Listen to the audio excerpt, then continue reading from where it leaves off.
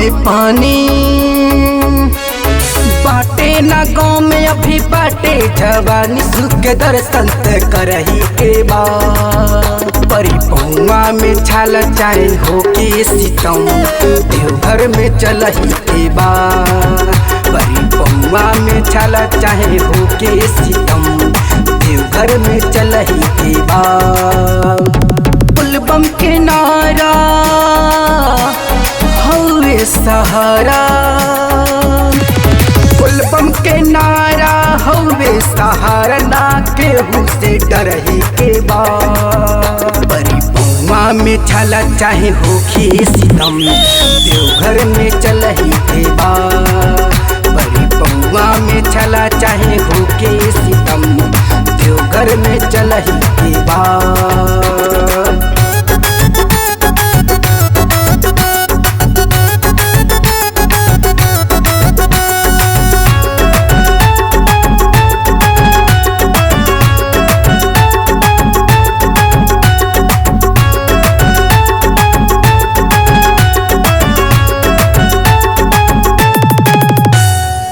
सगरी डगरिया रही है कमरिया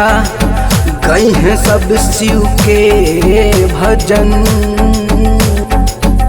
झूम झूम के नाची लोगवा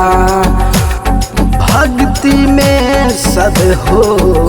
के मगन भीड़ लगल बा भक्तन के भारी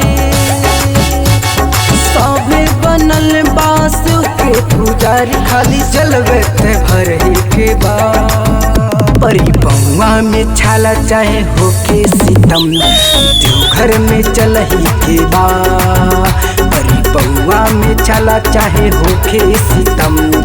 देवघर में चलही के बाद परी पौआ में छाला चाहे होके सीतम देवघर तो चलही के बाद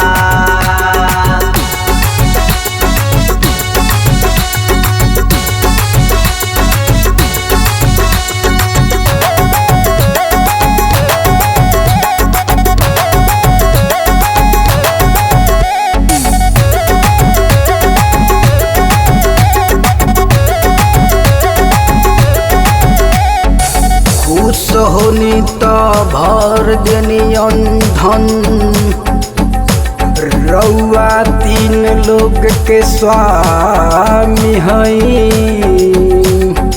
हमरा के का चाही बाबा रउआ सब जानत हई जिंदगी ते होवे 4 दिन के मेला जिंदगी तो हवे 4 दिन के मेला नहीं झंझट में पड़ही के बाद परी पौआ में छाला चाहे होखे सीतम देवघर में चलही के बाद परी पौआ में छाला चाहे होखे सीतम देवघर में चलही के बाद।